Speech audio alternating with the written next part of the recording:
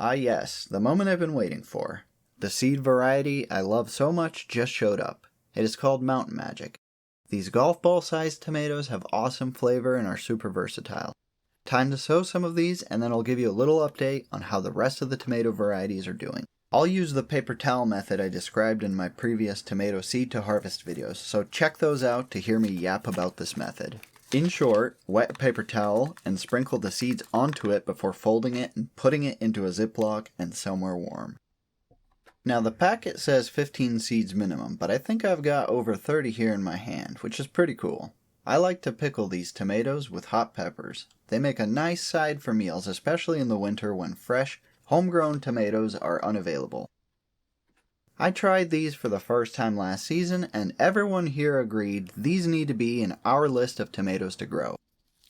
I'm going to be giving away a lot of these starters to family and friends to avoid overdoing it in the garden this season. I have a real problem with planting too much. I can't help it, but I'll try. Last time it took just under 3 days for all these seeds to germinate using this method. Alright, into the bag and onto the heating mat these seeds go.